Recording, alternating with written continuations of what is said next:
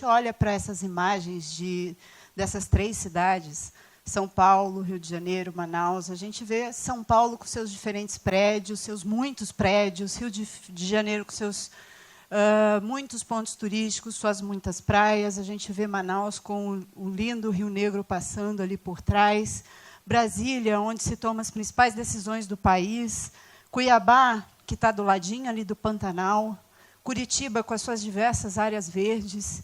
E o que a gente observa é que a gente, então, tem uma infinidade de diferenças, de pluralidades nas cidades brasileiras.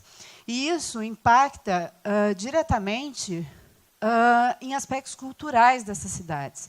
Então, quando a gente pensa em São Paulo, a gente pensa nos seus diferentes museus, a gente pensa nos shopping centers, nas compras e etc. Mas, quando a gente, por exemplo, pensa no Rio de Janeiro, a gente pensa nos pontos turísticos, nas praias, nos blocos de rua e no carnaval. E cidades inteligentes, como que fica nisso tudo? Quando a gente fala de cidades inteligentes, a gente sempre pensa muito em tecnologia. A gente pensa nas câmeras, a gente pensa em sistemas de vigilância, a gente pensa em sistemas de mobilidade urbana, como, por exemplo, o BRT. A gente pensa em centros de operações, como tem na Prefeitura do Rio de Janeiro.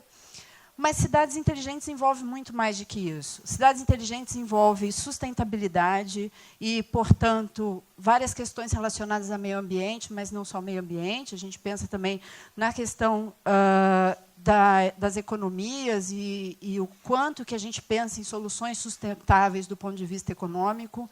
A gente tem que pensar em qualidade de vida e, portanto, nos parques, nos espaços para esporte, para a prática de atividades físicas, para programas culturais, mas, principalmente, a gente tem que pensar na inovação social. A gente tem que pensar em como que a gente desenvolve soluções para cidades que atinjam todas as parcelas da população e não somente uma delas, ou uma parte delas.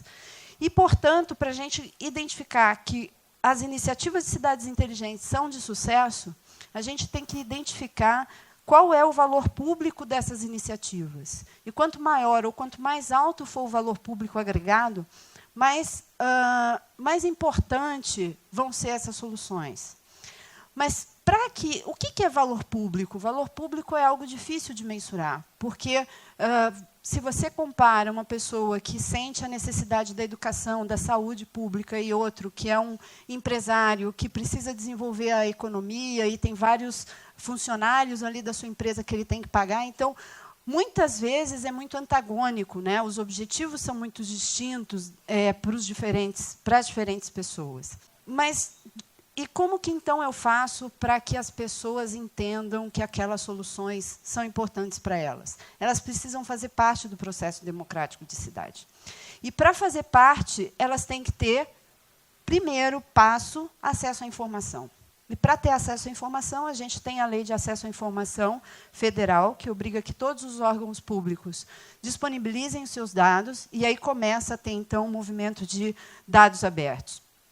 Por exemplo, a cidade do Rio de Janeiro ela tem o portal Data.Rio, com diferentes coleções de dados abertos, que são categorizadas, que são agrupadas em diferentes grupos.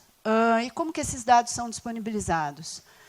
Eu peguei aqui uma coleção de dados, por exemplo, de academias da terceira idade no Rio de Janeiro. E aí eu tenho diversas colunas de dados, e aí uma das perguntas que eu poderia fazer para essa coleção me responder. Quantas academias eu tenho por bairro?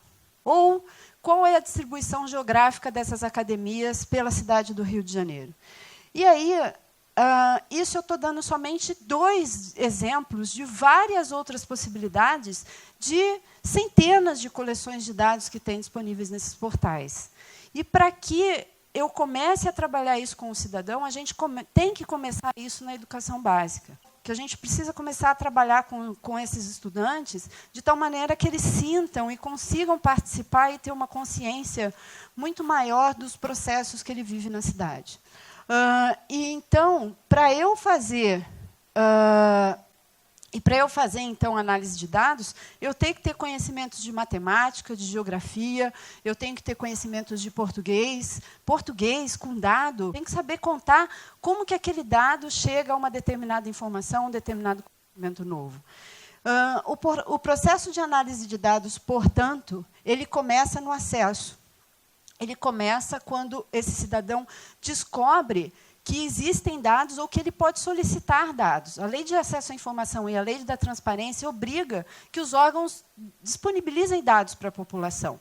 Então, eu começo no acesso. Depois, eu começo pelo reconhecimento do dado. Eu preciso reconhecer e me identificar e entender o que está sendo disponibilizado. E depois vai a análise propriamente dita, que é o processo de olhar para esse dado, adquirir informação, adquirir conhecimento, e eu volto nesse círculo virtuoso para o acesso, porque, eventualmente, eu posso descobrir que eu preciso de novos dados, e assim sucessivamente.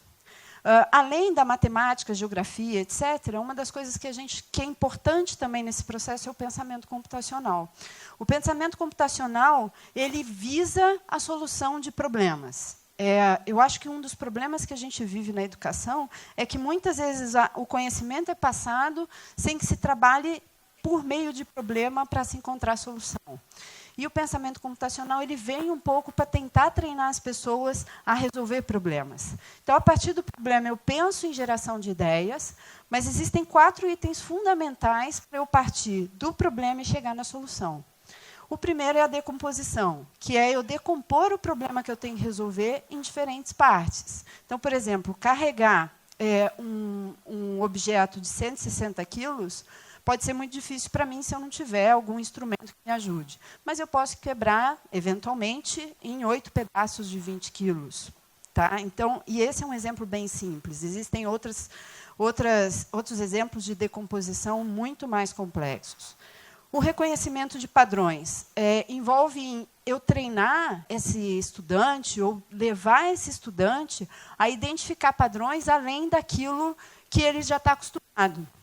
Então, por exemplo, ele identificar, além da árvore, que ali existem outros animais, e isso requer um pouco de treino com esses estudantes, não enxergar somente o cálice, mas enxergar também os seres humanos, ou olhar uma série de dados e identificar padrões de oscilação desses dados, por exemplo, identificação de frequência, de como que está, e por aí vai. O conceito de abstração, né? O item abstração a gente, desde criancinha, a gente é treinado para os mais diferentes cachorros, a gente consegue identificar que existe um conceito por trás chamado cachorro. A cadeira, mesmo que a cadeira tenha quatro rodinhas, ou 4 pés, ou 3 pés, ou um encosto, ou não tem o encosto, ou tem o apoio de braço ou não, a gente tem um conceito chamado cadeira que está no nosso consciente. E aí, trabalhar, então, com outras maneiras de abstração nos mais diferentes níveis, também é um conceito importante do pensamento computacional. E, por último, né, e eu acho que esse é o mais importante, é a construção de algoritmos. Então, quando você fala no fazer um bolo, que você dá o passo a passo para fazer um bolo, quando você pensa no passo a passo para trocar uma lâmpada, ou lâmpadas mais complexas, como uma lâmpada de um carro, esse processo, né, de quebrar o problema, então, em diversas partes, identificar os conceitos mais genéricos que tem por trás daquilo que você está trabalhando e pensar no passo a passo, são todos itens importantes de se começar a trabalhar já desde a educação básica. A robótica educacional e a programação por blocos é uma maneira de se fazer isso, né? E aí existem outras ferramentas como Scratch, diversas outras que se pode trabalhar. Aqui é uma experiência que a gente tem na UF, juntando os alunos do ensino superior com os estudantes da educação básica. E, por fim, uma das coisas que é muito importante quando a gente começa a pensar em dados abertos seria os hackathons. A gente sempre pensa no verbo hackear como algo ruim, mas o hackear ele vem de eu dar um novo olhar para algo que já existe, né, para tentar criar novas soluções. E os hackathons para a cidade, o Hackacity é um movimento da Rede Brasileira de Cidades Inteligentes e Humanas, vários já foram desenvolvidos, já foram realizados em cidades brasileiras, surgindo novas soluções para as cidades, trazendo os novos olhares. E aí uma das perguntas que a gente traz para cá, traz para vocês, para a gente questionar, para a gente pensar, então, como que eu posso pensar em hackear a educação por meio de dados abertos, por meio de pensamento computacional? Como que eu transformo esses cidadãos em cidadãos muito mais conscientes? Como que eu trago um termo que cada vez hoje se ouve mais, que é a literacia digital, ou literácia digital, para fazer com que os nossos estudantes sejam cidadãos mais conscientes, mais participativos? Eu vejo muitas vezes comentários em Facebook do tipo, eu copiei algo que alguém falou, mas as pessoas têm dificuldade de fazer a argumentação. E aí, quando você usa os dados para adquirir mais informação, para adquirir mais conhecimento, você trabalha também a argumentação. E as suas decisões baseadas em dados, em acesso à informação, elas são muito mais fortes do que você tomar decisões de maneira que, na verdade, alguém disse e você copia. Então, isso eu acredito que a gente tem que começar a trabalhar desde a educação básica. Tem todo um movimento, e aí eu tenho trabalhado muito com esse aspecto de dados abertos, de como que a gente constrói ferramentas também para facilitar esse processo de interpretação. Mas isso eu acho que a gente tem um longo trabalho pela frente.